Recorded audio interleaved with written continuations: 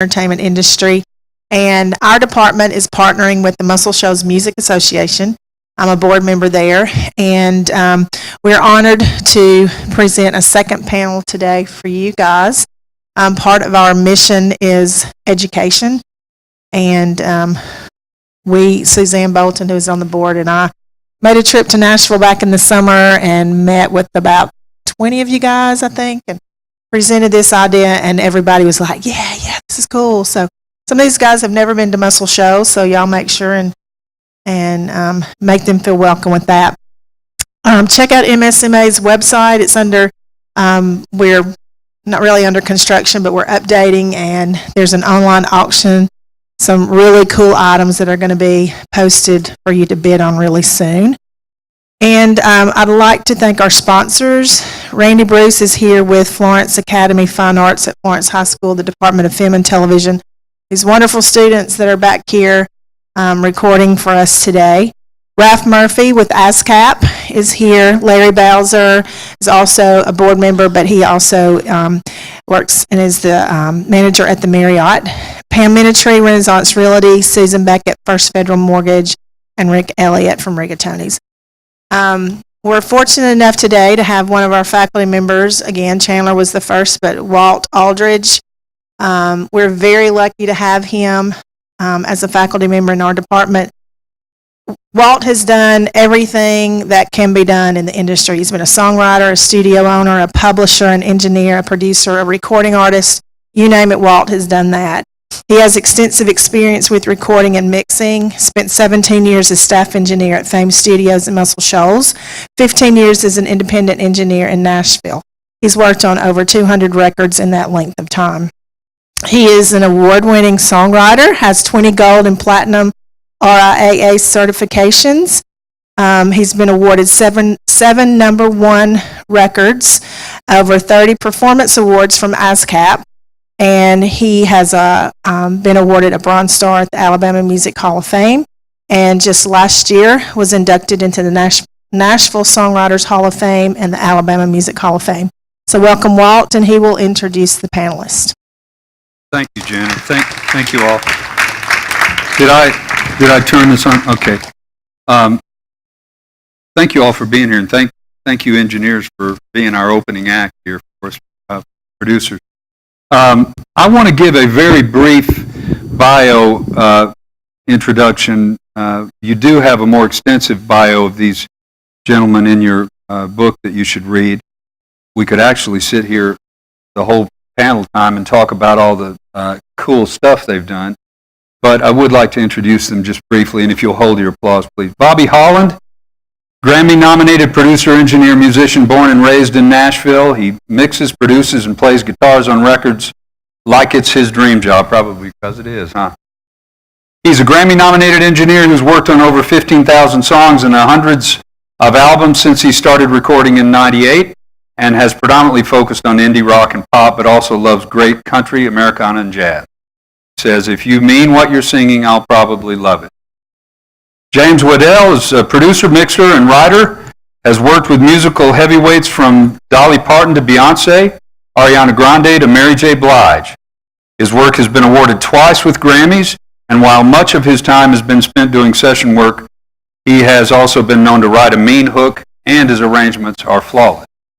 David Kalmusky's award-winning multi-platinum work includes several Billboard #1s and spans many genres of music, from Journey to Hunter Hayes and Shawn Mendes to Jerry Douglas.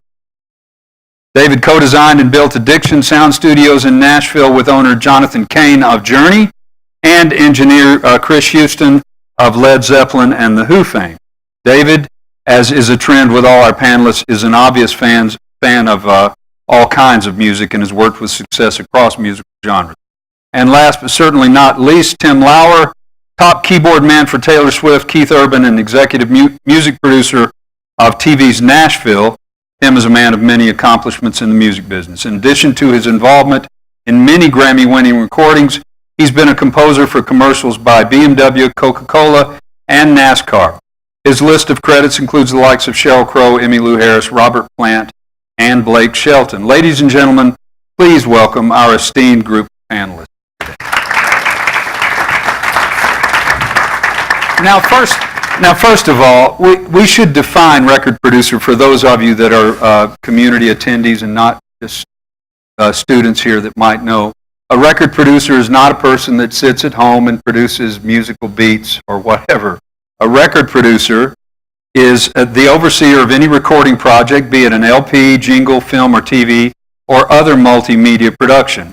They act as the conduit between the labels, developers, movie studios, or other stakeholders, and the creative forces such as artists, musicians, engineers, and others. At the end of the day, it's their job to assemble all the team in as efficient and fiscally responsible a manner as possible. They achieve the artistic goal. In short, they are Mr. or Mrs. Big.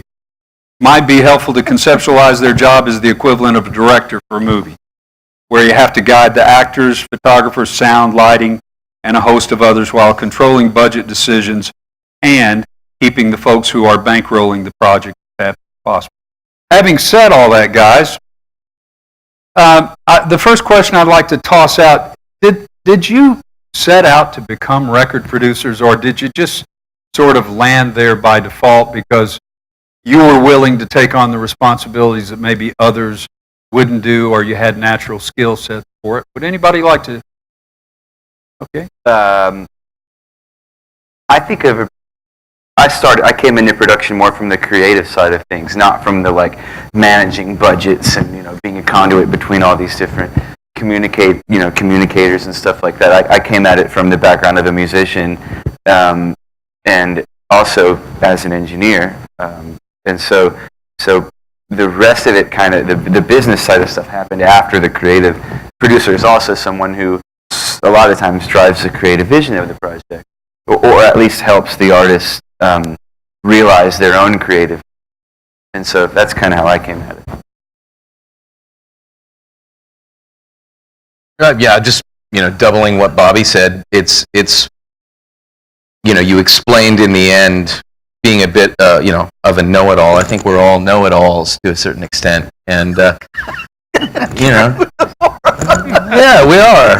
We all get together and talk about everything. From engineering to writing to producing to studio maintenance to playing. And I also come at it from a musician standpoint. Tim's an incredible musician. James is an incredible musician programmer. And I just think that after a long time of playing some guitar on records and touring and engineering on a bunch of records and then getting asked to produce a few records, I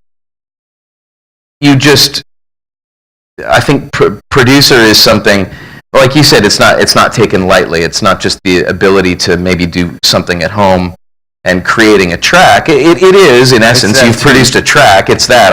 I make beats at home too. Right. But for me, production is kind of all-encompassing, is taking an artist's vision with a label's budget or lack thereof, and creating an entire vision, a casting call, using the right musicians, using the right engineers and sounds and microphones and vibe and technology or lack thereof technology, and really creating something that delivers the song. It all evolves around the song and the artist's portrayal of that song. And I think it's done so brilliantly and so wrong, that I gravitate towards the frustration when I'm participating in something that was done wrong. Maybe I've been a guitar player on a session, and I think eventually your curiosity and trial by error lead you into being a producer after, start that way. I think you make a lot of music at a lot of different, in a lot of different situations. I had a record called The Dude by Quincy Jones. And, I looked at it and I said, Quincy Jones, the dude, and he didn't write the songs and he didn't play on anything. He didn't sing anything. He didn't record anything. And then I realized, looking at these credits, like we used to hold the vinyl, that he picked the songs and then he found the right singer and the right arranger and the right. And I thought, that's the best, that's exactly what I want to do. So I knew exactly that I wanted to be a producer. And I've spent a very long time as a musician and songwriter and arranger, trying to get to a point where I end up producing more than those other things. And that's happened kind of recently, although I've been producing that whole time. The other things often felt like I was doing a day job waiting to do the dream job. So, but I will say that I think, 10 years ago, I might have thought, or certainly 20 years ago, I might have thought that, like, I can do a track better than that. But I could not have dealt with the crazy manager and the crazy artist. And they're all crazy, or if they're successful, they're crazy. Or the crazy A&R person, or the crazy big budget, which I've had, and the crazy no budget, which I've had, and the crazy too much amount of time and too little amount of time. I couldn't have balanced that and kept my composure and made it happen. So although I could have made a track, I really wasn't ready to be a real producer. I could make a track, which is different. And you're getting a call for your next session. Very, very interesting point that I think a lot of our students are, I hope, hearing. Mine's similar to Tim's, I mean, I knew I wanted to be a producer when I understood what it was, and I could make a track, all day long. But I wasn't ready to handle the business and the aggravation of the labels and the artists. It can be testy at times. I think that just as him, it's been in more recent years that I've felt like I have a handle on the people skills that you need to be a producer, not just the ability skills to make a product. Yeah, it really is a psychology, being a psychologist. Oh, totally. People skills as much as music skills. Yeah. Oh, yeah. And I think I could have made music that I like, but I wasn't able to fulfill the target or the goal or the vision of somebody else. And now I feel like I can really listen to somebody and catch their vision and help and get as much creative satisfaction out of helping somebody achieve their vision. And when I was younger, it was all about my vision, my taste, and my style. Letting go of your agenda. Yeah. That's maybe the difference between what you were saying about the guy who makes beats at home in the bedroom and what we're calling record producer. Yeah, we all make our own music, our own beats in our own bedrooms, in our own studios, etc. But it's totally different to be able to go, I actually would not buy the record that you want to make, but I'm going to help you make it as great as it can possibly be. Producing is usually collaborative. There are self-producers that will produce everything completely entirely at home, but it usually does involve a relationship with an artist and musicians and labels and all the crazy people, as Tim, I kind of wish there was a word that we could use to distinguish, because now if you follow producers on Instagram, it's guys making beats, which there's nothing wrong with. They're great at it. But I'm just saying. And there's vocal producers and there's, what used to be executive producers is also producers. There's a lot of A&R people producing now. Yeah. And I kind of always try to make the point to the students when they come in, look, one of the real tests for having any longevity in the music business is learning to make music democratic, because you do it collaborative.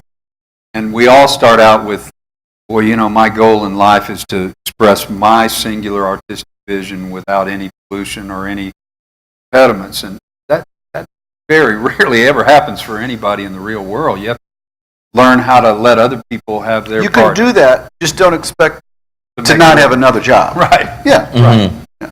Totally.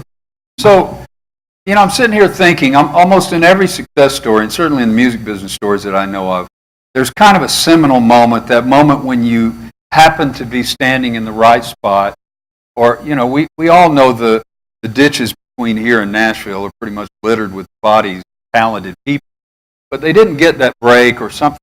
But those of us that are sitting here were lucky enough to be at the right time. Is there a time you can look back on when your preparation and your talent met that lucky thing where you met the right guy, or you were working with the right situation or in the studio and so Bob? Do you have any stories I like would that? say almost all of my work, even to this day. I mean, I met Tim in the mid-'90s working on a record, and that's when I saw him as a producer, who at the time was, I think, mostly a keyboard player, you know. And then Russ Long, I met him and said, I want to own a studio one day when I met him back in the early 90s. And that was when I was as an intern for another producer. And it was years later that Russ is actually who hired me to work on the Dolly record.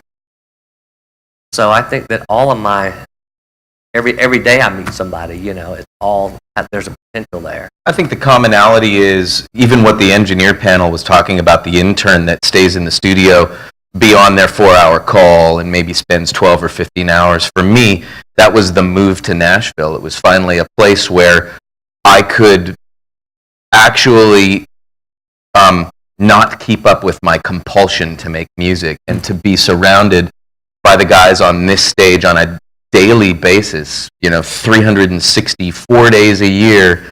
And in that environment, that's the moment where one thing leads to the next, and every connection and every record and every session is really, truly tethered to the next one and the next one. And so if you, even working in an environment like that, attempt to trace it backwards, we're all so intertwined and so connected.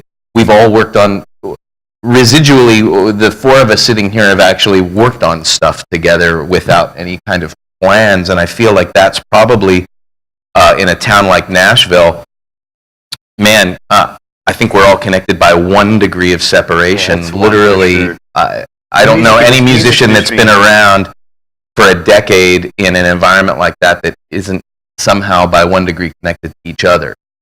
So really finding the human aspect of that, the relationship aspect of that we talk about being a producer, really comes from our relationships as being engineers and musicians, and the engineers that sat up here as well, is find a scene or build a scene, you know, nurture those relationships and keep your head in it and make a tremendous amount of music. And those, you won't be one of the bodies littered along the side of the highway, but you have to do the work. Yeah. And in order to do the work, it doesn't become work when you're compelled to do it, when you immediately wake up in the morning because you can't stay asleep because you're imagining what a chorus idea, whether it's a synth pad or something you want to add, or you want to answer 4 emails about a production budget with a breakthrough or an idea. Every day, I get to wake up just to, you know, back up what James was saying. Everything, every session I do, whether it's even just playing on a demo or whether it's producing a big budget record, is one of those moments. They I have a little saying, because people will contact me and say, hey, well, what do you have any advice for a new, you know, trying to make it as a producer, an engineer, musician, or whatever? And I simply say, work harder and be nicer than everyone else, and it'll work out. and it will. I mean, you said luck. There was a lucky moment, and I would bet that Being born was my luckiest moment. exactly. I don't think anybody would go, yeah, this one moment really kind of did it for me. At least I feel like myself is I busted so hard. I work infinity hours a week, and it's all about, you know, work on one thing, and that's cool, and that comes out great, and everybody's happy. And then they tell their friends, and then they come to you, and then you work on something, you bust it real hard for them, and that turns into this other thing, and then you meet guys like these guys, and they inspire you to keep working really hard. I want to say And- something about that. First of all, you shouldn't win a medal for working a lot of hours, No. but we work a lot of hours, and it's definitely in phases. And I've come through a phase of working insane amount of hours. And you know, sometimes I hear younger people your age say, "Man, I'm working so hard." It's like, "Yeah, what are you doing?" "Man, I've been like every day I come home and I work 6 to 10 every night." And yeah, and then I like, and it's like, you know, that's not really working very hard.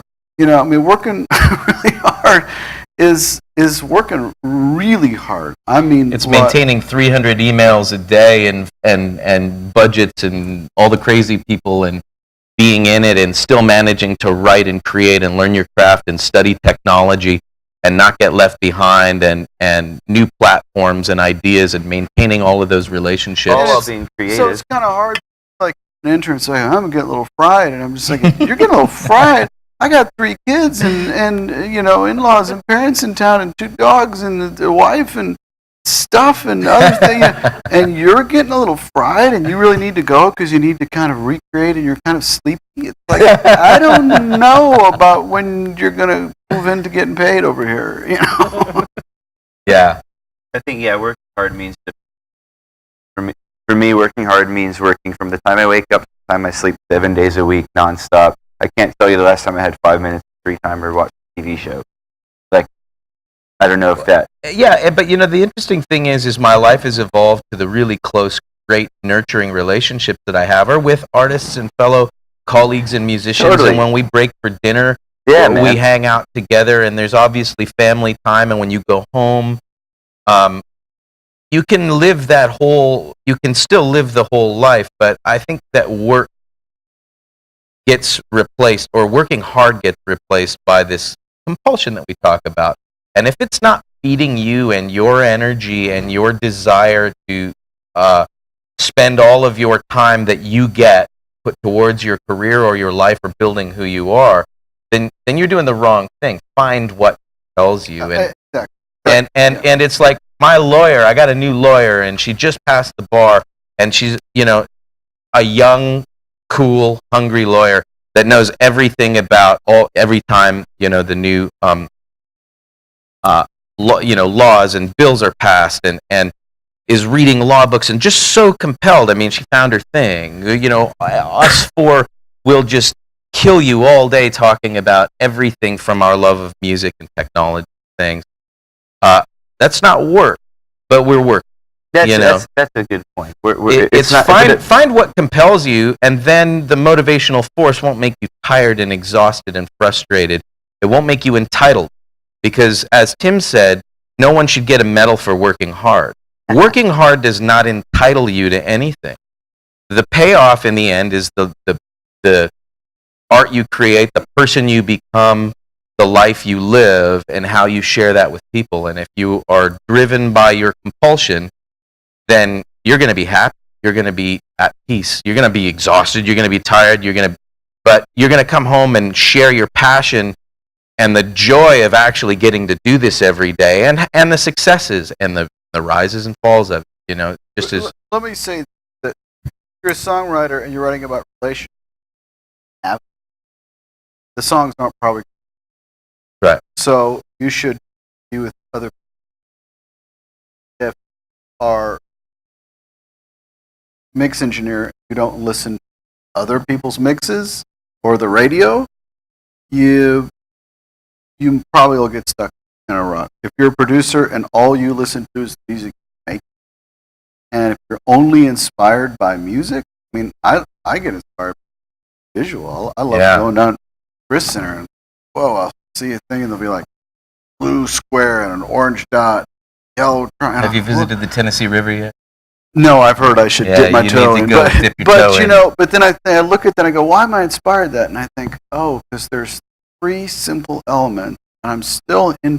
Then I think, that track I'm working on that has an upright bass and a vocal and a drum set are 3 elements. Okay, so now I can look at how they overlap, how they're separate, and the perspectives between, and if I want to be a film composer and I'm not watching movies, so I think there is a great, or if I'm trying to relate to something on a human level with artists, and he's talking about a bad relationship with father or something, and I got a bad relationship with my daughter. I think there's a time to not work, but I think if you're not willing to pull the all-nighter and you're not willing to work stuff isn't fun. Mm-hmm. You should and those all-nighters to be on a panel and the ebb and flow of that years. time management just becomes your life. It's all intertwined. And it's worth mentioning. I didn't get to say earlier that if you are, quote unquote, what we're talking about, working so hard, if you're doing what you love and you find what compels you, doesn't feel like work, you want to do it all the time. Yeah, and you you guys have kids, family. Bobby, you're married and are in a band and have a tremendous social circle of friends. So it's not portraying that you're not going to make it if you just don't work 15 hours a day and don't have a life. It really is talking about what Tim talked about is the all-encompassing. This does become your life, and this is what you share with your wife and your kids and your friends and your experience. And it is we talk about relationships with people. It's your relationship with the world. And if your relationship with music and production is deep, then your music production is deep. Relationship with art, and you're immersed into the world in different ways. It's going to come out in what wakes you up at night to compel you to create. I've heard producers talk very passionately about their approach to record production, and some of them ascribe to this theory that you should be sort of an invisible net records. You work very hard to stay out of the way of the record creative, not so much put a stamp on the record, but help the artists achieve their creative vision without doing that. And then there are other producers who certainly a very, very big part of Sonic records. In fact, from record to record, it pretty much sounds like you took a different head and put it on different records, right?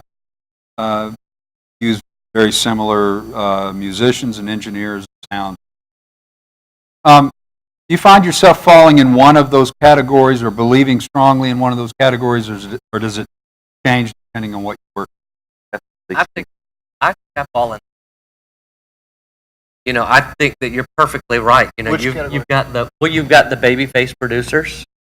From Steve when he Burnett. started putting his stuff out in the 80s. Think about guys with sound. You got Steve Burnett, you got Dan Huff, you got babyface people that have Max Martin. Thing. Yeah, where Max you Martin's great. where you feel like that. And the label knows if you go to that person, no surprises. None. Yeah. But I fall into the other category. I've worked closely with a producer as his mix engineer for years before I became his co-producer, a guy named Tommy Sims. And we've worked on numerous records, and I feel like all the records I go and listen, it may be a gospel record, it may be a record, it may be a rock record. And, you can't tell necessarily that he had anything to do with it. That really pulls out everything the artist is and makes it the best for that art. And I feel I fall more into that category because that's kind of been my background and where I've learned from. Well, I like to say both, or what I strive for is exactly what you're talking about, but I have a sound on every record I've done that has nothing to do with any other record. Maybe every record I've made is complete junk or terrible, and Bobby and I actually talked about this in the studio today. Yeah. Is the one thing I can honestly say is I've never made the same record twice, but I don't feel like any of those records could have ever been made without me. I try to find, whether that's good or bad, I try to find the transparency, but I try to direct things in a way with that technical knowledge of and my historical knowledge of music and production, and I really try to help steer and casting call musicians and production with the artist's vision. And I've never made the same record twice. I've made records on a pile of RCA microphones cut straight to a mono lathe on a 78 lacquer that have been commercially released that way. And I've made records with the help of James using nothing but machine, and just pure technology. And then everything in between, I worked on a jazz record 3 weeks ago, to a pop record, to whatever. And I know Bobby does the same thing, and I just stopped talking Same to Bobby. thing.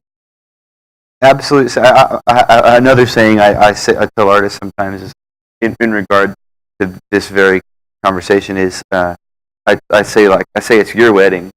So like if you as an artist need creative directing, you need me to drive, you need me to like either play a bunch of instruments or hire a bunch of people and really help you develop sound creatively, totally cool. Or there's this great rock band I work with But called you still decorated and catered the wedding. Do It. But you still decorated and catered the wedding. Yeah, exactly, right. That's or say there's a band, I work with this band called Them Vibes, and they're this really great rock band, and I am so out of the way on that. Like I just like the most I say is, hey man, could you try that again? You were it's like super hands off. So it just depends on the project, very very much for me. I like both. I love both a whole lot. First time I met him, working with this producer that he and I both have known for years and years, and we went in to just cut pump organ, and Tim all of a sudden was like, "Wait a minute, I've got this idea for a guitar. I'll never forget that. Oh no, wait, I've got this idea for this drum thing." And the producer actually stood back, and in my opinion, Tim produced that song. I mean, because we literally sat there in his studio. Most all you guys and were part after producing part. records before you got record credit. Producing But that records. producer also was smart enough to stand back and say, "This guy really has a thing going right." And I noticed on the other panel where someone was asking, well, what's the best mic for this and what's the best mic for that? And one of my mentors, Richard Dodd, I asked him that same question one time, and he said, "The mic that's right in front of you and is available, because you want to capture that creative moment. That's what it's about, capturing. It's not about capturing it.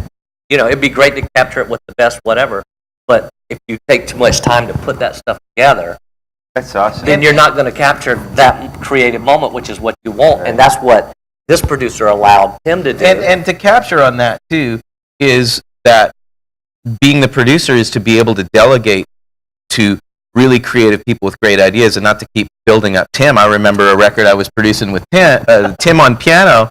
One of the first records I did that I hired Tim over at the studio.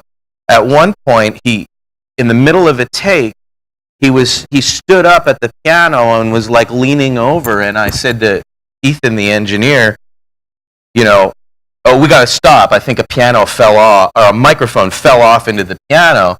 And the bridge came up, and Tim, I don't know if it was a guitar pick or what you used, but he strummed the piano, which I hadn't recorded or heard, and it was stunning, and I just laughed out loud. I didn't certainly... If you take your foot off the pedal and play chords soft enough that the notes don't play, you can strum, and it sounds I've like never auto harp. seen that. I certainly didn't, as the producer, ask him to do that. But man, that's still one of my favorite recorded moments on that album. If I had said, "Tim, just mark the changes, and just be some power chords." And if you walk in and you're really heavy-handed dictating everything right from the beginning, that's why you bring in really creative people and, just like James was talking about, where the producer let them run with it.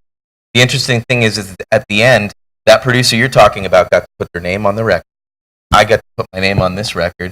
And it's all the Tim moments and all the Chad Cromwell moments, Bobby moments, and, everybody moments that I've brought in that I'm still the ringleader on it. And that's how you build a career, is by allowing yourself to be open to everyone else's journey and experience. You open yourself up to that in the room, you're opening yourself up to hundreds of years of combined experience rather than your own personal journey. You might as well just be that guy at home making beats. Well, the dirty secret about the music business, we won't name any names, but we all have worked Oh, name them. Let's throw them under the bus. We all have worked for and know those producers that somehow maneuver themselves into that job and don't particularly have any acumen towards music or engineering or business or anything. But Can I speak to that? They're smart enough. They're smart enough to hire great musicians, cut songs by great writers, and hire great engineers and so forth. And if they stay out of the way, a lot of times they can make a pretty decent. That's up. And I spent many years many years, feeling like the producer, in my opinion, was the least talented person in the room. Well, the artist. Nowadays, it's usually the artist. and then no, I mean seriously, I mean, that's not a Yeah, joke. no, I know. It's usually the artist and then the producer, as far as bottom of the food chain talent wise. I'm You're right, though. Okay. You So know, often the excluding the artist four is guys kind on of this one-trick couch, pony. right? They Yeah, know yeah. how to sing, and that's it. So, and I mean these days. These days. I'm not talking about the stuff that was cut down here, in the glory days. That's a different scenario. But I used to get really irritated that the engineer didn't know compression, didn't know EQ, didn't know mic play, didn't care what mic was on there, couldn't write a lyric, couldn't write a song, couldn't read a chart, couldn't communicate. There's something funny in that chord. And I'd be like, it's the sharp 9, check that out. They go, oh, he doesn't know anything. But at the end of the day, it's the producer that sit back and turn the thing in the way it's supposed to be. The guy that knows, guys, we got to take a break, and can say the right sentence to the artist. The guy that can give the label, I got it. Don't worry about it. Got it. That person is there because at the end of the day, it's still their butt on the line, and they got to make it happen. If it doesn't happen, it's all their fault. And then the fact that they get to do it over and over and over means somehow they managed to turn in something that works. Which means that and so I'm just like, okay, I don't quite understand it. And some are producer engineers, some are player engineers, some are some are engineer producers, some are player producers, some are psychology producers, some are radio hit producers, And some are everything in the above. and in between. And I think it's all okay. And if you find There's room for everybody. This is a good segue to where I was going with the question. Is there a particular skill or skill set that is always there with the customer? Or is it just I don't a think little so. of this and a little of that? I don't think so. People People skills. Yeah, but some of them don't have any people skills. I actually worked with a producer. But they have people skills for the people who are writing the check. Yeah. Yeah. So, I'm saying. right, I they know did- how to talk to the person with the purse strings. I did a record last year with an old school producer from the glory days that believed that you couldn't make a record without extreme tension. And I watched them sabotage their relationship with every musician and artist in the room No. and alienate and argue and fight and cause angst. Really, some of the worst studio fighting I've ever seen, and I've seen some bad studio fighting. It was shocking to me, but in the end, even that turned out great. It was, but musically great. I don't ever want to revisit that experience again. But again, You had a walkout on that? yeah, they actually left and refused to come back, and my second engineer ended up tracking all the vocals for the record. And then they came back 3 days later and deleted it all because they hated it. And the artist walked out because they liked a different microphone than the producer. And it was just this thing that just kept going. And I was just shocked at how, Wow. in the end, it was sort of like this thing that You were an I'd engineer on that? never seen. Well, I was something on that. I stayed out of the way once it became that. They couldn't Right. participate to the level I was well, active. and to be very poetic and dreamlike, romantic about it, I would say if there's a common thread, it's understanding the material. Mhm. And I was around a very iconic, famous producer, and we started working together on. And I've just been really, really reminded and impressed how much time that he spends on the material before it gets lyrics, Mhm. and little melodic turns and things where it's like there's no point if these songs aren't, and the stories of I played with Earwood in the early days, and Garth Fundis listening to 3,000 songs, and it's kind of true. If I know as a musician, I can look at a chord chart and there's a chord chart and a chord chart, and exactly the same set of changes. And this is a good song, and this isn't a good song. I can't figure out what to play in the bed. Mm-hmm. The good songs play themselves. They So do. I think whether you're doing, Coke commercial, or you're doing like I've done, or a song for the Nashville TV show like I've done, or whatever it is, it's it's about knowing where the material is going. Is first of all, is it the right material, and then thinking about end outlet, end funnel it's going through, and presenting it right. Okay, ask this, because this really probably connects directly with future years here. I mean, we're of course all grappling with the change of business model and delivery of music and so forth. And there was a time when production job was pretty cut and dried. Most people got about 3% of retail or something like that. They might have gotten a side advance. And sales were healthy enough that everybody could make a living. Nowadays, producers are having to be more involved in more things. They might be involved in publishing. They might be involved in some of the writing, or more than one billable activity associated. Are you finding that plays in your advantage now, because you're able to do more things than these guys we're talking about who can't do much more than prop their feet up? I started out as a keyboard player, programmer, and was doing tracks for television and didn't like how they sounded, so I started mixing them myself. And then I became a mix engineer. I never planned on being an engineer. I never was an assistant. Just became a mix.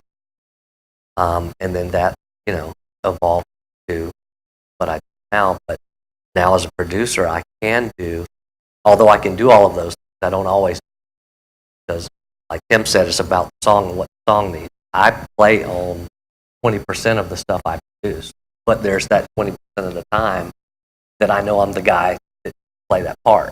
I'll bring in players, and I can't hear those just few little spots that it just needs a few things you just want to do this. I feel that one of the biggest problems today is that producers that call themselves will just send it off to a guitar player, send it off to this guy, and Yeah, say, mail order play production. on it and send it back to me. When the vision should be the producer that's putting all that together. But having all of those benefits of being a mix engineer for the number of years that I have, well, that's another piece of the pie that I can stick in my pocket. Absolutely. And I know everybody on this couch, you could put into any one of any studio with instruments and a reasonable amount of technology, and we can all hand something in that's a fully produced, mixed, mastered track, that could make it on the radio. I don't see how you start a career as a producer now without having your own recording space, being able to engineer some, being able to play. Mm-hmm.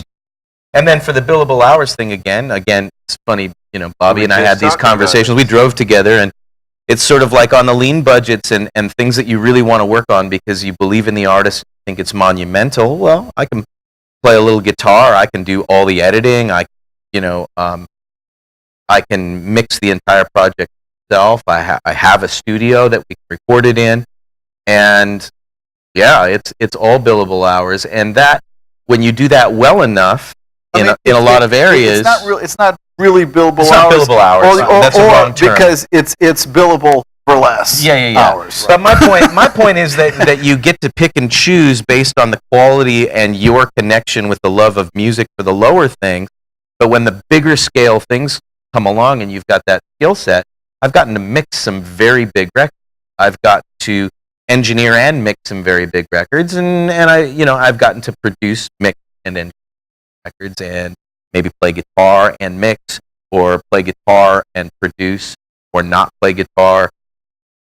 In answer to your question, I think the engineers said something similar in the climate of today's industry, where the more you can do, the more busy you'll be, and I think that if you have a wider skill set, great people skills and communication, you're not going to walk out of college and be a producer the way we're describing being a producer right away. The other thing is if you don't write, you have to wait for somebody to ask. Yeah, true story. Yeah, absolutely. I'm married to a songwriter, and I'm a songwriter. You know, we were signed to Sony 3 and signed to P and have thinking licensing things now. And so, like, you know, right now, my TV show gig is up, and I don't necessarily want to go back to the same session career. So it's like, we got tons of songs. Yeah, Like, you let got the permission list to unfold. track. Yeah, then you just like, okay, you want to produce, write a song and produce it. Exactly. I will say on that topic, I do write music, but some of the early stuff after college some of the earliest stuff I produced, actually, I didn't have anything to do with the writing, and I did not wait to get asked. I would go see a band play or someone and you know, I'd go to a show and I'd just get up the balls and go say, hey, I think it's really great. You know, we make some music together. I'd love to produce a song or 2 or 12 for you. And And somewhere in the middle of that, I've gotten together with an there's artist both, right? and written some really crappy songs, but developed a great relationship with them and been asked to produce their other songs, you know. And so, again, whether you are approaching a band like Bobby says, whether you're approaching artists and other collaborators to co-write, the commonality here, and even with the engineering panel, is get out there and create, collaborate. Don't sit in your bedroom and make beats and watch YouTube videos. This is a people industry. This is a relationship industry. And whether you want all the crazy people and the top producer ideas that we're talking about, you know, 10 years down the road, or whether you just want to be an artist, or whether you just want to be a musician or just an engineer, the commonality here is get out there and create. And if you can find ways to not have to wait for someone to ask you to, one of those great ideas is to write a song so that you've got immediate permission to start tracking it, or to hit up a band and have the guts to approach them and see if they'll come in and allow you to track. Both ways. I'm guessing that you probably said, hey, I think you're great, and we make music together, just like I've written a million songs too. It happens. And it usually says it means for free and see how it goes. Yeah. You know, which is, I think, fair enough. With less of those skills and there's no budget, then you can't make that happen. Yeah, that's right. But those skills that you have, especially if you've done it over and over and you've built those skills up, you can make a great product. Even though it may not be your idea as a producer the best it should have been, you didn't have the budget to hire, you know, Jerry McPherson to play guitar, but guess what? I can play a little bit of guitar and enough to make it sound great. When I was a kid, I started playing guitar. I guess I started playing keys, but got serious when I started playing guitar. And at some point, I got pretty serious about playing drums. And everyone started saying, hey, Bobby, why don't you just choose one? Like, why don't you get really good at one thing instead of just being okay at, like, you know, a bunch of things? And because I played French horn and trumpet and saxophone and all these wind instruments in my high school band and stuff. Anyway, I was just like, nah, screw you guys. Like, I want to play all of it. I want to produce. I want to engineer. I want to do all this stuff. And so like, it's not that I don't want to do them all on every record I make. Like, I'm sort of trying to time what you were saying too. Like, I don't want to play every instrument, record every part, mix everything, produce everything, write everything. I don't want to do that on every project. But it's important to be able to pull skills. Like, I want to collaborate. Like you're saying, this is like a people industry, and it's like really It important. just means you'll never be sitting with nothing to do, waiting for someone to ask. Yeah. Or You'll trying to have a catalog to cut from. You'll have a French horn part to put down. You'll have a new software update to learn how to program something. You'll have vocal that. yeah. Hopefully not. Hopefully not. I think we've pretty well established the fact the job of production, one that job definition requires to have multiple abilities. You guys certainly all do. What is that, if you're really honest with yourself and the crowd, what's that one thing, if you could go back in time and learn a little more about, that you didn't take the time to, that would have prepared you better? What is Can it? I answer that? Sure. I'm right. There is no back in time. There's today and there's tomorrow. I take machine lessons from James. I take piano lessons. I take drum lessons. I'm trying to run every day and take care of my health. Like, there's no regrets. And like Bobby said, there's no time you can't learn a new skill set. I played steel guitar on a track 3 weeks ago. It took me all day to do one track on that bizarre instrument, but I love the track I put down. I had the day.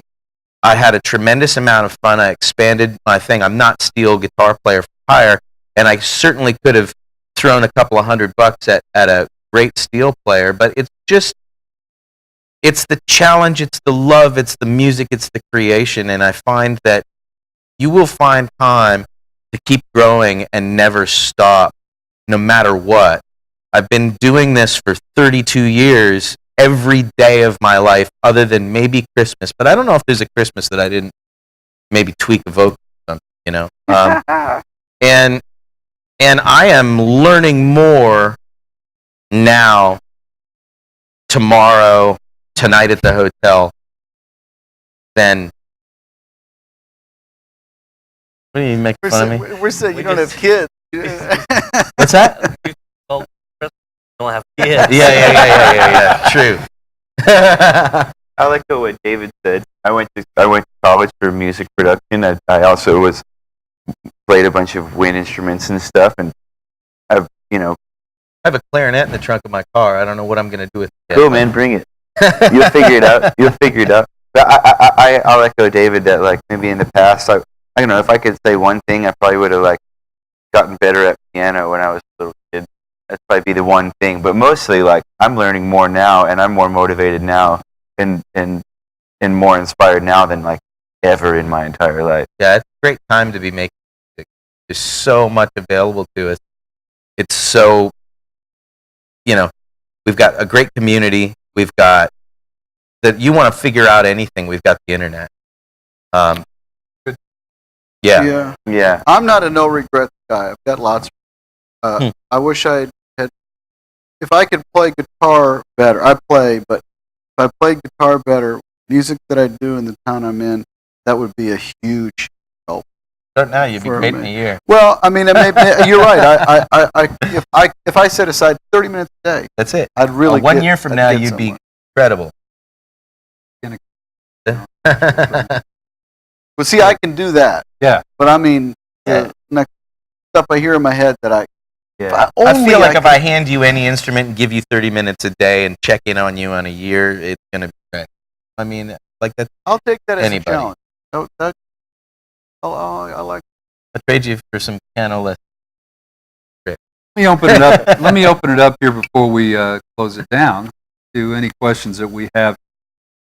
Audience, I know some of you guys are probably chomping at the bits to ask you guys questions about specific projects. Anna, can we grant that?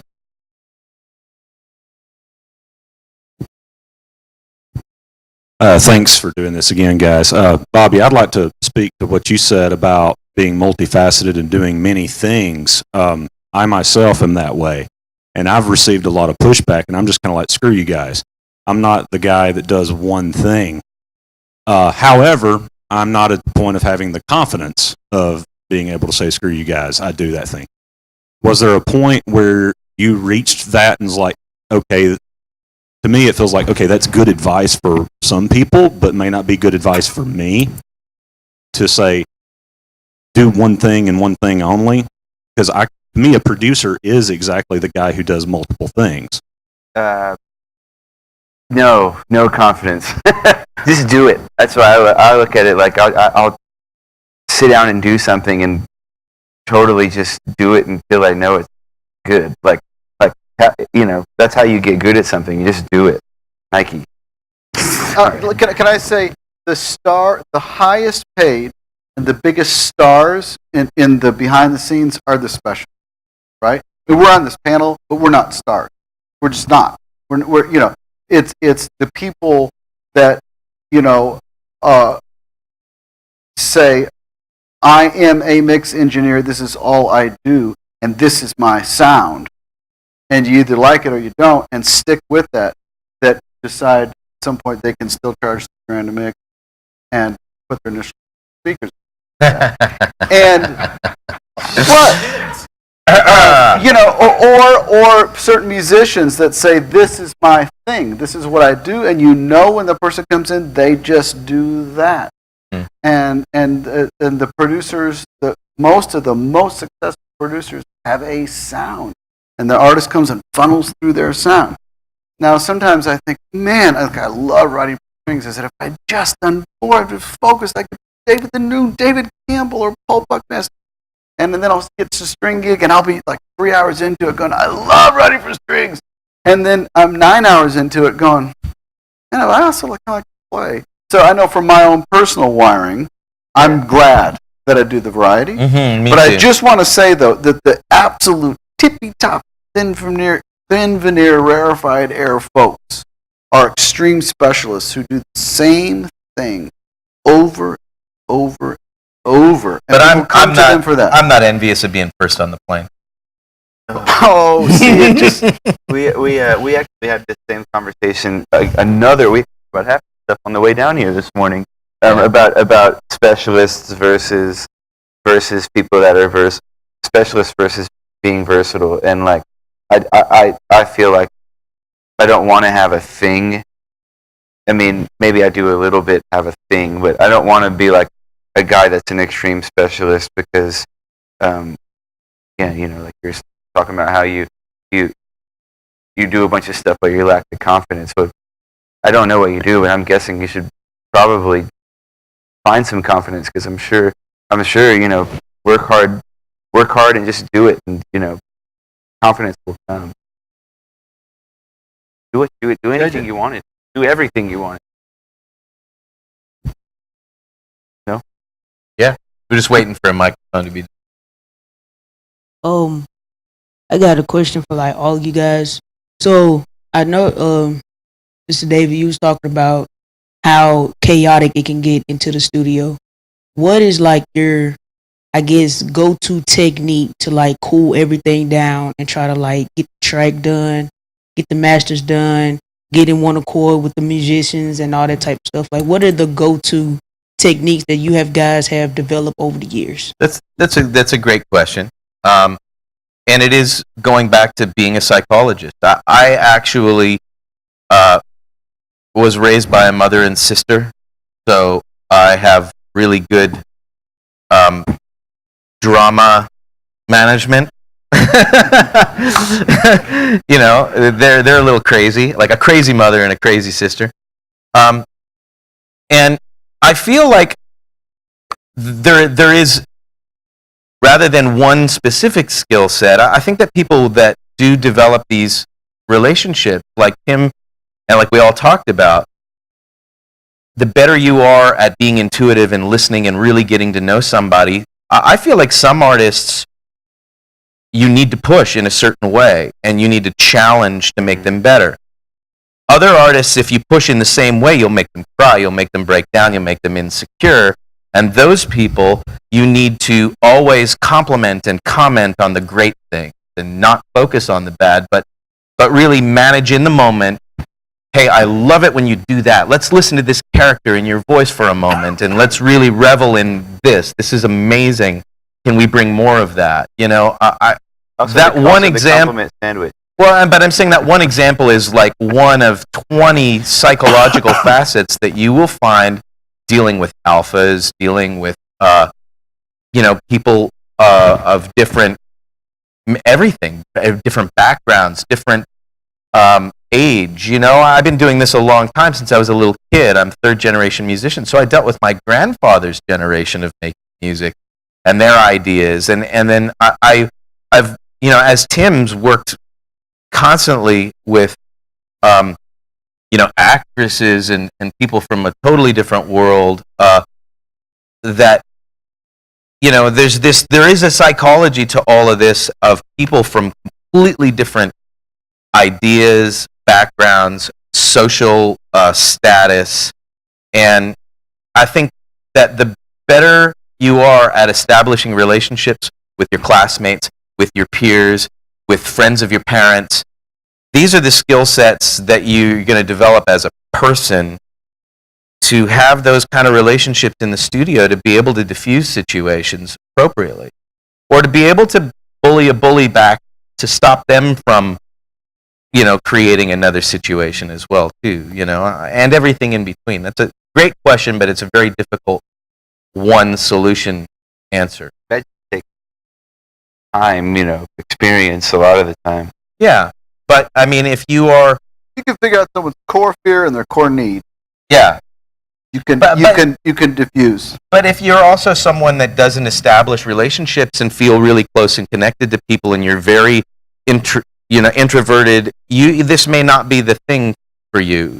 If you can't walk into a room and learn those things about literally everybody in the room within 10 or 15 minutes, and then start applying your personality to those things in a positive way and a positive negative way where they're going to attract and not repel.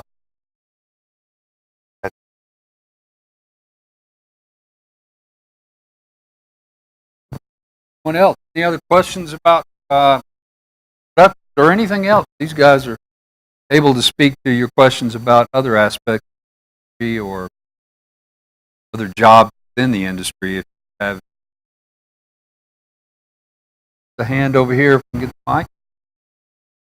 Let me just say something, not to bust anybody's chops. If you did not raise your hand, you got a problem. I'm just kind of pissed right now. You're pissed off. I'm pissed. My blood is boiling and my heart rate is Tim's up. producing the room here. That you're sitting here and we're sitting here. You got any questions? I mean, good grief. If you're not curious, okay. I'm just saying. Yeah. Ask questions. Absolutely. Yeah, that's a very important thing. Especially, we have a lot of Don't be shy. a lot of community attendees and high school students here today that have not yet been a part of the program that should be curious. I'm sorry. Go ahead with your. Say, like, if you're having a bad day or something, like you wake up in a bad mood, what's your one go-to move to just lift that up and start having a good day again? Like, just let that all past you and just Suck it go on up. with the day.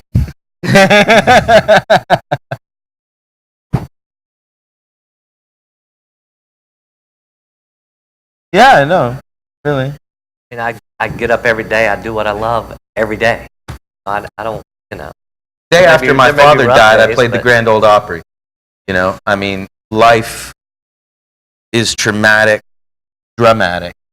at all times if you let that encompass your day, how you act. Yeah. I mean, I think you have to take care of your spiritual, your inner life, and know yourself. Have some sort of something that fulfills you outside of music, your practice, and help have good friends, good wife, sweet kids. Lean on somebody that makes you laugh, or that you like, or that gets you. Good advice. How do you guys find time not to be so myopic? I mean, one of my least favorite things in the world is to go to a music industry event where I know I'm going to bounce from one conversation to the next about changes in the new Pro Tools update or the new music modernization law that's passing, and nobody wants to talk about a ball game or a political agenda that's going on or any.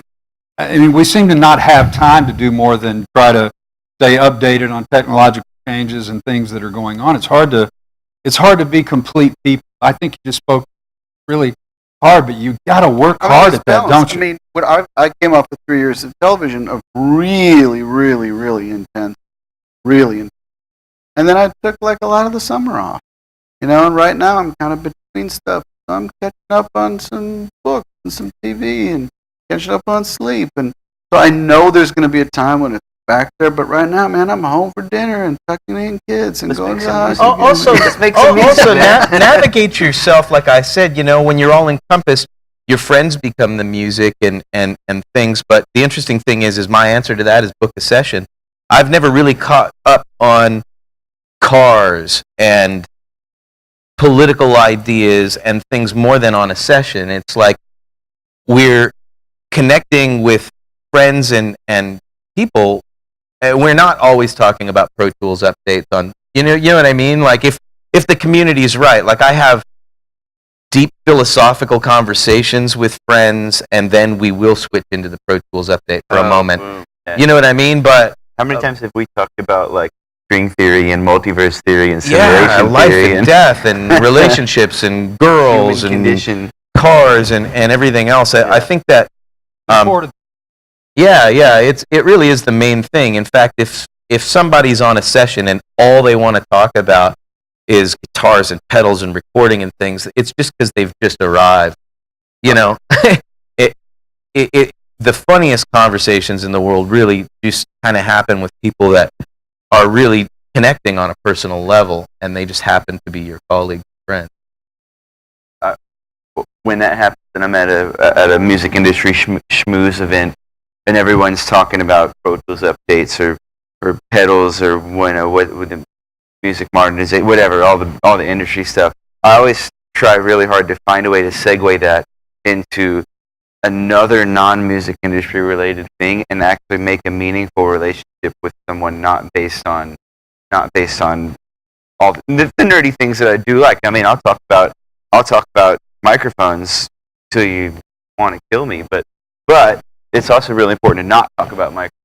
Try and find a way to like, oh, that reminds me of so and so about the blah blah blah human condition science. And the more people, you guys like in Neil the room, deGrasse Tyson, awesome. the more people in the room. Hire Pat Buchanan on a session. You'll talk about soup. You know, it'll be fantastic. But And I say that in a loving way. You know, talk about things we love, and we do love music. We do Yeah, love yeah. Pro Tools. And we Also do love love other Ableton. stuff. You know, and I think that, I mean, whether it's music, just whatever it is in life, you have to kind of keep a beginner's mind. But If you want to be successful. My thing is like You know, the question thing. Like if this guy knows more about this than I do, and I'm sitting there asking a 20-year-old kid about We what's do the that. thing, what's this, what's how do you get there? How should I? What do you think of? And especially with the changing technologies, you have to keep, you know, the mind of an expert has few opportunities, but the mind of a beginner, you know, is wide open. So whatever it is you're doing, you know, every day I spend probably 30 to 40 minutes on YouTube looking 12 to 17-year-old kids making music, because I want to know cheap plugins they're using, the cool things they're doing, just to see if it's something that may benefit me in the future. Technology has changed so much over the last year. Pro Tools, yeah, it's the tape machine of today, the 2-inch, but it's definitely not the creation machine. You have Logic, you have Ableton, you have Bass, you have all these other things. See, it's funny. You've asked us how we get away from talking about music, And we turn right around and talk about music again. And it's because I love it. You know, I Yeah. love talking about it. I was gonna say I love talking I about don't rock watch climbing. sports. You know, I would be lost in a sports conversation. Well, I rented a house, for, you know, and ended up talking about countertops for 6 months. You know? We So- rode over here on the bus, and it wasn't, hey, how are you doing? It's like, what did you, have you got that new Ableton update? What did you do? We should get together. We talked about forming a group and putting a class together for music, Yeah. you know, on the ride over here from the hotel. And that's going back to my Just 'cause initial we love what it. compels you. If it's the driving force, then life doesn't feel myopic when you love something so much that it is a driving force. And, you know, your wives might roll their eyes at you, but they love that in you too, you know? I mean, it's like, again, finding what compels you and letting it drive you rather than chasing something that's an idea of something that you might want. You know, right? No. That's funny. My wife says when we first started dating 10 years ago, she very quickly said something like I hate it when girls are like, they date musicians, they're like, oh, I'm so sad my boyfriend has to go, or girlfriend, whoever has to go. They have rehearsal all the time. They're always playing music. I don't want to blah, blah, blah. And she's like, I love that about you, because you, like, if you didn't want to go, if I made you stop playing music, then you wouldn't be yourself, and I want you to beat to what compels you, what drives you. Like anyway, if Pro Tools updates drive you, then cool. Let's talk about it. Right. Else? Anybody else? There's another hand.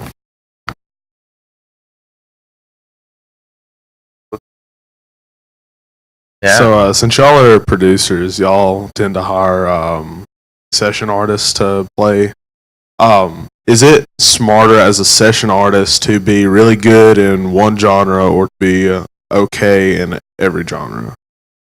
Be really Okay good in in every every genre. genre. Yeah, it's not either or. You can be really good in every genre. Actually, neither one of those answers is going to float a career. The only answer is really good in all genres. Yeah, be great at everything. That's kind of if you because what's going to happen is you'll get thrown into a situation and it's not going to go well. I mean, as a session player for 30 years, you just what I do is if I get into something that I feel like I'm over my head, I listen to enough music I can fake my way through it. Then don't I do my homework. Western swing piano solo in the key of B, fast. I'm like, man, that was really uncomfortable. I better listen to the right stuff and get at least something together to offer. And then anytime somebody references, Nicky Hopkins got a piano part, it's like, yeah, cool. And then I'll go and make a playlist and listen to Nicky Hopkins piano. And every time I feel just a little twinge of can't quite cover it, I do my research and do my homework. So it's like waiting. It's like a golf bag. Here's my 7-iron. Here's my 9. Well, and I'm coming at this as a session musician too. It's how I moved to Nashville. It's how I made my living before producing or engineering or mixing. And that's a whole compulsion lifestyle, listening, learning, studying, collecting guitars that, I'm a guitar player. So for me, different offerings. I have a little Western swing offering. I have a little, bag of tricks in a lot of different areas that I can be thrown into. But there's really not like a rock session guitar player. I mean, I got to be able to. I got to be able to pull anything off if I'm worth my weight. Somebody flies me out to New York or LA or brings me into an A-list session in Nashville. They better be able. If they ask of something that is too far out of my bag of tricks that should be common to a great musician, I'm not going to get asked back. I remember one day I played on Pam. This is a while ago. Pam Tillis, Joan Baez, and Alice Cooper. Yeah, that's not a common day in Nashville, but that's a common story as a session player. Yeah, you can play metal and bossa nova and chicken picking and freaking whatever, R&B all in one day, all in 3 hours. You have to have enough instruments with you, enough sounds to be able to pull those off. You have to be able to have enough stylistic versatility to realistically hang in all those genres. To summarize this massive rant, Tim's initial be great at everything. And I think that also speaks to one of the comments on the last panel too, that I've forgotten which engineer talking about doing more than one thing and learning to do more than one thing and thinking you're really hot stuff when you're the best guy in your high school or whatever, and then maybe the best at college. When you get to the professional level, I remember, that's all I ever wanted to do was be a shredder guitar player. First time I went to a session, heard some good guitar players, I wanted to go outside and tie my guitar on the back of my car and drag it back to my apartment. I've been playing guitar 30 years, and nobody in Nashville knows I play guitar. Because, I guess I'm fine at guitar, but I don't pursue guitar work. That's how good the competition is my point.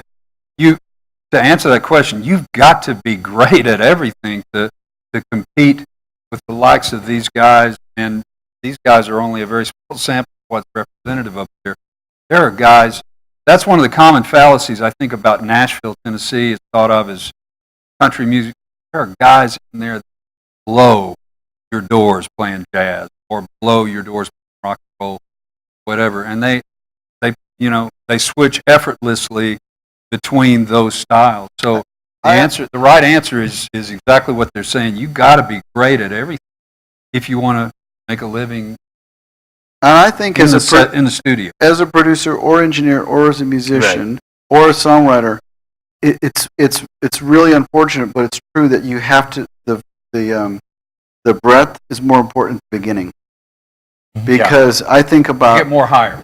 yeah, because you have to get in, you have to do. Now, when people call me, I'm rarely out of my element because at this point they kind of know what I do, and I'm usually well cast, and it's rarely a oh crap moment, because they know. But when I was starting out, I'm like, let's give this guy a shot.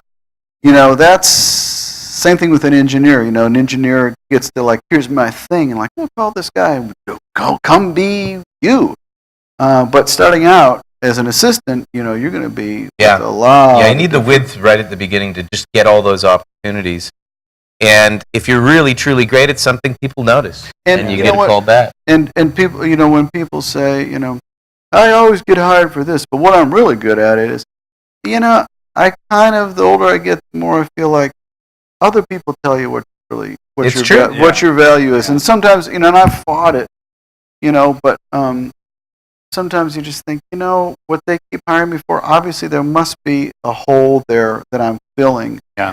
Well, and it's funny, you can look at it negatively, but I had a similar conversation where you should treat it like a compliment. At one point, somebody turned me around because I was complaining about getting hired a lot at something that I didn't necessarily want to do, and they said, well, you must be great at it.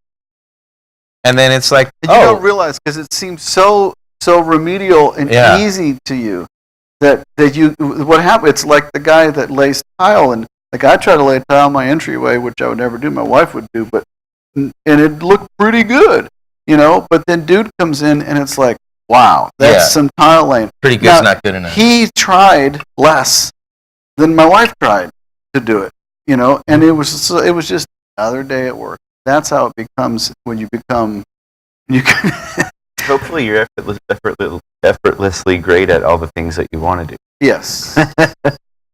We have one more. Yes. So I'm sure that throughout your careers, you've seen some really great things producers have done, and I'm sure you've done plenty of great things as well. But what about maybe any common mistakes you've seen producers make that can affect records or even their careers? Common mistakes. Well, there are no mistakes if you're handing it in. Like if it's working. Like I said, I've met producers that caused friction and hate and fighting, and then I've met producers full of love that created an incredible vibe. I guess the mistakes would be the people that don't get to hand it in on a regular basis and graduate. There's no job description for producers, so it's a really hard thing. I got an answer. Good. I don't. I was just rambling. I think it's a big mistake. The producers that come in and say, I just want you to play power chords here, and then you're going to come in at the first chorus. That's what I was saying. You're going to play eighths on the bass, and then I want you to play B3, but that'll be an overdub. Yeah. I like to come in and go, all right, guys. Like, man, what do you want me to do on this? I don't know. Now, I know exactly what I want them to do. Yeah. Which you can always keep in your back pocket and start to ask for. But leave yourself open to Tim strumming the piano. Yeah, what guitar do you think I should use? I got no idea. Well, I'm Let's thinking, hear what you got. Gold top Les Paul and play it.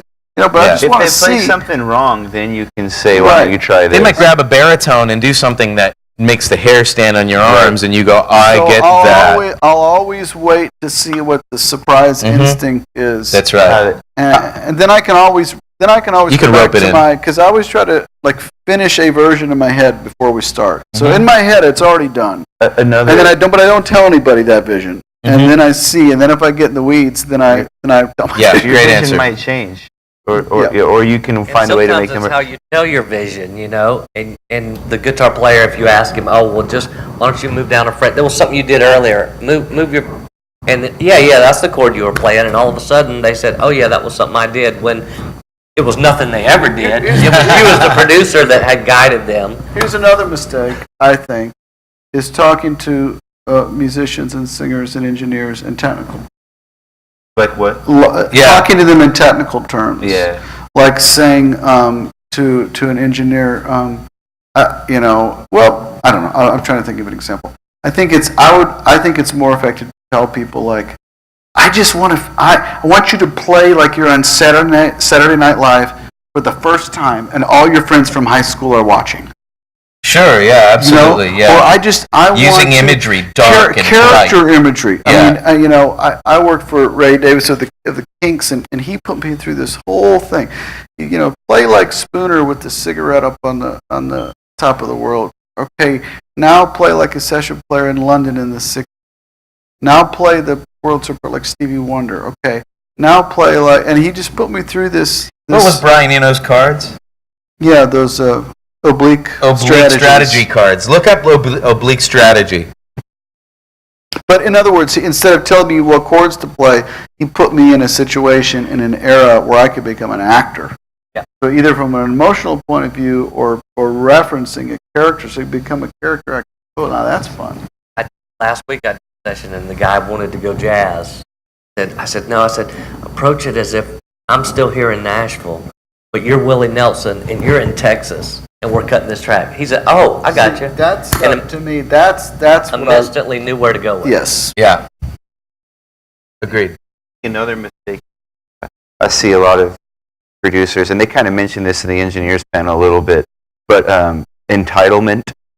Like I see a lot of for example, recent college grads that get out of school and like are like certain that they're gonna produce a platinum record the next day for they're gonna produce the next whatever record, and I think entitlement just kills me, because So produce to learn. you always learn forever, always learn. How about they produce like record? Well, yeah, like we talked about, the non-collaborative self-vision really doesn't do anybody good unless you want to sit alone and build tracks. How about the mistake of not being aware that people need to use the restroom, stand up, eat, drink, socialize, Right. check their messages? Breaks are very Speaking of important. which, Right. Not making people comfortable in a session. That's a really big one. Not being aware when the vibe gets intense and you just need, like, let's take 5. We'll be better. or if how we about take- going past the tape? You know? How about talking too long on a panel? Rodney, you have a question? Hi guys. Oh, sorry. Hey guys, Yeah. this is Rodney. we're I'm still Rodney going. Hall. I'm the president of the Music Association, and got one question for you. But first, I want to say thank you so much for being here. It's been a great, amazing panel, and I know these guys have learned a lot. And to the students, there's programs over here. Grab one if you didn't get one coming in. And the last question I have: through the whole production process, from hiring to mastering, the one piece. What is the most important piece of that process? The song? The song and the vocal. Song, the vocal, the drum track. Yeah.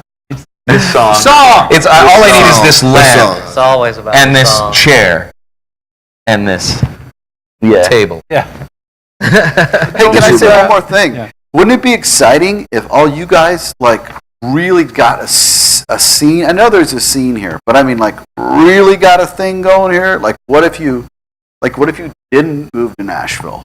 Like there's a lot of people in Nashville and there's a lot of great stuff, but what if? We're worried about their gigs, guys. No, but I'm just I want to come here. I mean, I think we're about due for We want to come another participate in your scene. Renaissance, yeah. Yeah. Now, they're not worried about gigs. Nashville's a bit of a promised land in a lot of ways, but also Muscle Shoals, like there's a lot of up there. I hear like so much buzz about stuff that's going on here. And Yeah, like just- be on the very edge of something like be the people who they put the next historical plaque up on. Absolutely. You know, there's such a legacy here. I come from a small town and 3 generations of music that I may land back in eventually someday. You know, just and there's just something to be said about what you have access to, just being here now and being from here, and for such a small community that's so so rich in music and music history and just the muse of what's here. There's a lot of potential. Yeah. Guys, on behalf of everyone, thank you so much for participating, and thank you to the audience for being here, being attentive, being respectful, and thank you for all the questions. And do we have anything else we need to do to wrap? Okay, let's thank these guys one more time for coming down and sharing.